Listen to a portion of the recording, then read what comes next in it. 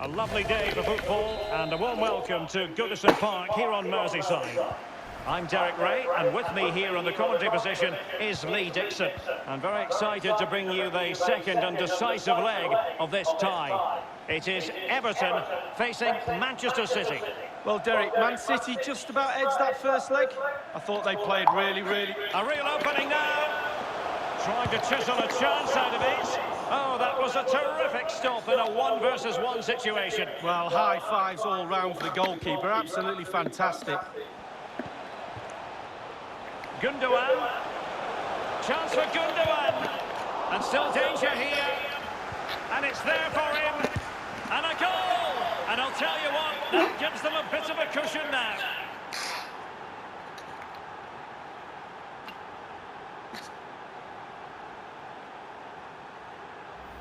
Well, Derek, as we see it again, it's a big mistake. You try to teach youngsters not to get caught in possession and be aware of what's around you. He has no clue, and he pays the price. A Congolese pastor, Zagabe Chalusa, is currently trending for marrying for women at the same time in eastern Congo. Chalusa, who initially had one wife before choosing to marry the 4 women who are reportedly virgins, said he got the idea from the Bible. The clergyman advised men to one wife before choosing. A Congolese pastor, Zagabe Chalusa, is currently trending for marrying for women at the same time in eastern Congo. Chalusa, who initially had one wife before choosing to marry the 4 women who are reportedly virgins, said he got the idea from the Bible. The clergyman advised men to practice polygamy, explaining that the men in his church only marry virgins. According to a Frimax English, Chalusa constantly shares scriptures from the Bible to prove that polygamy is not a sin. I have one wife already, and today I'm going to marry these 4. They will join the first wife, he said on his wedding day. He claimed the idea of marrying more wives originated from the Bible. Jacob had many wives, Leah and Rachel, then Bilhah and Zilpah, for wives for one man. He said, Zagabe said he got saved in 1986, and during the wedding, while addressing the guests, he said, I'm glad to have 5 wives. Sources have claimed that the pastor's 4 wives were all virgins when he married them. A Congolese pastor, Zagabe Chalusa, is currently trending for marrying for women at the same time in eastern Congo. Chalusa, who initially had one wife before choosing to marry the 4 women who are reportedly virgins, said he got the idea from the Bible. The clergyman advised men to practice polygamy, explaining that the men in his church only marry virgins. According to a Frimax English, Chalusa constantly shares scriptures from the Bible to prove that polygamy is not a sin. I have one wife already, and today I'm going to marry these 4. They will join the first wife, he said on his wedding day. He claimed the idea of marrying more wives originated from the Bible. Jacob had many wives, Leah and Rachel, then Bilhah and Zilpah, for wives for one man. He said, Zagabe said he got saved in 1986, and during the wedding, while addressing the guests, he said, I'm glad to have 5 wives. Sources have claimed that his players have followed his every command and so. An apprentice tire dealer, Sis Abdullahi, has solicited the support of the Lagos State Governor, Babajide Sanwo-Olu, and other philanthropists after his wife was delivered of a set of quadruplets, 2 boys and 2 girls. Abdullahi, 37, a native of Iorin, who lives in Kimapaji Phase 3, Wal Mustaf, Oko Afa in the Olorunda Local Council Development Area of Lagos State, told the news agency of Nigeria that he had only earned 3,500 when he heard that his wife had been delivered of the children. I was coming from Apapa, where I am learning how to sell tires, when I heard the news of my wife's delivery of the babies at the Badagry General Hospital. It is a good thing, but I never expected quadruplets because the last scan indicated that they would be twins. When I got home, I decided to escape to Benin Republic because I don't have money to take care of the quadruplets. Getting to Server border, I was about to cross when I saw my intimate friend, who was surprised to see me at the border post around 9 p.m. I was forced to tell him why I wanted to travel out of the country. He appealed to me to go back to my family with the promise that he would assist. He said, Abdullahi said, since returning to his wife and children, the only assistance he had received was from the friend. The new father said the room he and his wife had been living in before the birth of the quadruplets could no longer accommodate the family. At present, I owe the general hospital a lot of money because the delivery was through catering section. I don't have any means of livelihood. I need the help of well-meaning Nigerians to raise my quadruplets up in a good environment, he added. A NAN correspondent who visited the Badagry General Hospital reported that Mrs. Sakina Abdullahi and her quadruplets were in the maternal child care center section. The medical director of the hospital, Dr. Allahu Bakr, said the quadruplets were born between 6:15 p.m. and 6:3 p.m. on Monday. According to him, the quadruplets are in good condition, but kept in an incubator.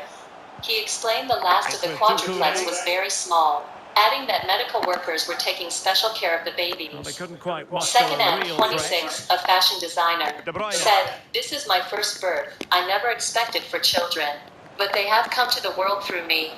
I want to appeal to the Lagos state government and residents of Badagry to come to our aid, because we cannot take care of the quadruplets alone. The burden would be too much for my husband alone." An apprentice tire dealer, Sis Abdullahi, has the tomb shelter of the late founder of Synagogue Church of All Nations as COAN, Prophet Temeto Balagin Joshua, in the Agudo area of Ikote, Lagos State, has been destroyed by fire. It was gathered that the fire incident started around 6:3 p.m. on Wednesday. A resident who spoke with the Punch on the incident noted that it could not be ascertained if anyone died. The resident said, "The affected property is on Ajaisiburi Street, Algodo. The house started burning around 6:3 p.m. and as I speak with you, fire service officials are trying to put out the fire. The compound of the house is big, so nobody can see what they are doing inside. Also, officials putting out the fire didn't allow anybody inside." The fire incident was confirmed by the acting coordinator, National Emergency Management Agency, Ibrahim Farinloy. Farinloy, who disclosed that the fire had been put out, said, "The incident happened at a building belonging to the late pastor. The late pastor usually went there to relax and meditate. Federal fire service officials moved in to put out the fire." The head, Lagos State Fire and Rescue Services, Margaret Desai, revealed that the tomb of the late cleric was affected by the fire. She said, "It is confirmed that a section around the tomb of the late Pastor T.B. Joshua caught fire. A shelter was built to cover the tomb because it is an open place. So, it was the shelter that caught fire. But we were able to curtail it, and it did not spread beyond where it started from. We have yet to identify the cause of the fire." The tomb shelter of the late founder of Synagogue. A Tanzanian prophet identified as Alan Zure has taken to social media to claim that the late gospel singer, Osinachi Nwachukwu, could not enter the gates of heaven. The prophet made this claim in a lengthy post he published on his Facebook page. According to Alan, God told him to inform the world that Osinachi Nwachukwu could not enter the gates of heaven because of her worldly adornment. He further advised children of God to try as much as they can to avoid jewelry, noting that, if they should wholeheartedly choose to do so, it would be at the expense of their worldly desires. In his words, "I was in the bathroom when I heard the voice of the Lord speaking to me. He said, 'Go and talk about Osinachi Nwachukwu and how she failed to enter the gates of heaven because of worldly adornment.' He spoke few words and he went quiet. I was wondering why the Lord told me to talk about Osinachi after so many days that have passed. But let me say what the Lord desires so that his people can reflect from this and abandon worldly adornment. I don't have to talk about her background because she's even more famous in Africa and possibly in the world now. Her news of domestic violence has been on the headline even here in my country. It's so tragic how she died in the hands of her cruel and heartless husband. It was after her death that all the stories about domestic violence she has been experiencing from her husband broke out. I was so sad to hear all that, but I because even sadder to hear from the Lord that she failed to enter the gates of heaven." He continued, "It is true that I anointed her and I gave her the gift of worship. She was my servant, but she failed to separate from worldly adornment. As a result, she was not allowed to enter the kingdom of heaven because of worldly adornment. This is a very sad thing, saints. The Lord is very serious when it comes to his word. He does not change, nor will he change. If he says that no jewelry for his children, then we must obey his word regardless of where you congregate." A Tanzanian prophet identified as Alan Nollywood actor, Yul Adoki, caused a stir on social media when he announced his second marriage to fellow actress Judy Austin on Wednesday. In his announcement, Yul also revealed that he has welcomed a son with his second wife. Yul's first wife of 17 years, May, has reacted to the news of her husband's second marriage, as she called on the judgment of God over the union.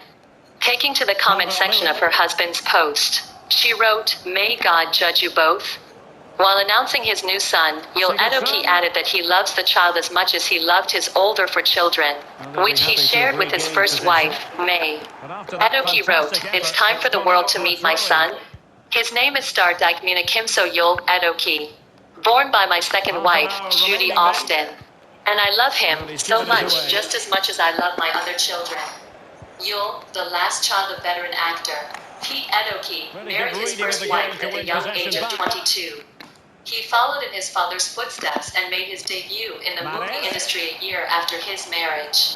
In their 17 years of marriage, Yul and May are blessed with 4 children: Danielle, Tammy, Carl, and Victory Edoki. Nollywood actor Yul Edoki caused a stir on social media when he announced his second marriage to fellow actress Judy Austin on Wednesday. In his announcement, Yul also revealed that he has welcomed a son with his second wife. Yul's first wife of 17 years, May, has reacted to the news of her husband's second marriage, as she called on the judgment of God over the union. Taking to the comment section of her husband's post, she wrote, "May God judge you both." While announcing his new son, Yul Edoki added that he loves the child as much as he loved his older 4 children, which he shared with his first wife, May. Edoki wrote, "It's time for the world to meet my son. His name is Star Daikmina Kimso Yul Edoki, born by my second wife, Judy Austin. And I love him so much, just as much as I love my other children." Yul, the last child of veteran actor Pete Edoki, married his first wife at the young age of 22. He followed in his father's Now a corner. A former Minister of Power, Prof. Bart Naji, has said Nigeria needed over 100,000 megawatts of power to address the persistent power problem in the country. Naji said this while addressing newsmen on Friday in Enugu on the state of the power sector in the country. He attributed the problem in the sector to the supply value chain, adding that the country had challenges in generation, transmission and distribution of power. He said all these had made it impossible to make adequate power supply available to the users. Nigeria is a country of more than 200 million people and needs more than 100,000 megawatts of powered infrastructure, he said. Naji said the power project of Geometric Power Limited, his company in Aba, Abia State, had the capacity to provide power in Aba within 6 months. "We are installing meters to bridge the disagreement gap between customers and suppliers of electricity. I support unbundling of power sector, where states will be allowed to own and manage their own power supply," he said. According to him, the company had invested heavily in power distribution in Aba to strengthen distribution. He added that distribution companies had to do the same thing to improve power supply. A former Minister of Power, Prof. Bart Naji, has said Nigeria needed over 100,000 megawatts of power to address the persistent power problem in the country. Naji said this while addressing newsmen on Friday in Enugu on the state of the power sector in the country. He attributed the problem in the sector to the supply value chain, adding that the country had challenges in generation, transmission and distribution of power. He said all these had made it impossible to make adequate power supply available to the users. Nigeria is a country of more than 200 million people and needs more than 100,000 megawatts of powered infrastructure, he said. Naji said the power project of Geometric Power Limited, his company in Aba, Abia State, had the capacity to provide power in Aba within 6 months. "We are installing meters to bridge the disagreement gap between customers and suppliers."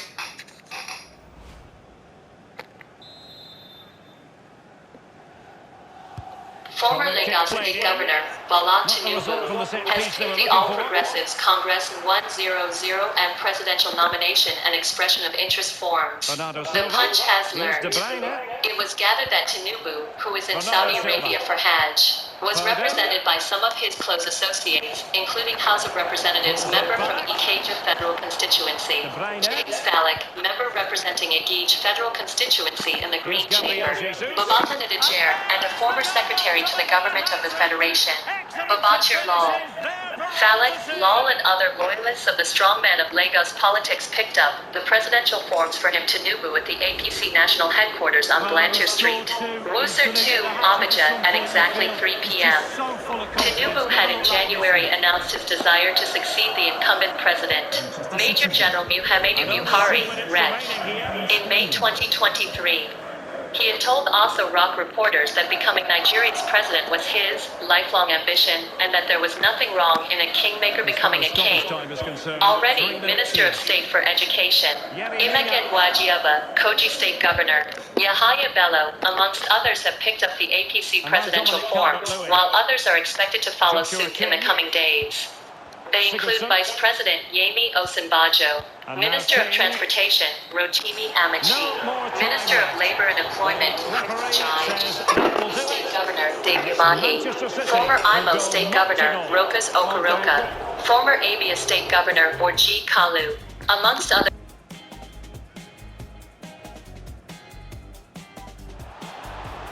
And still danger here.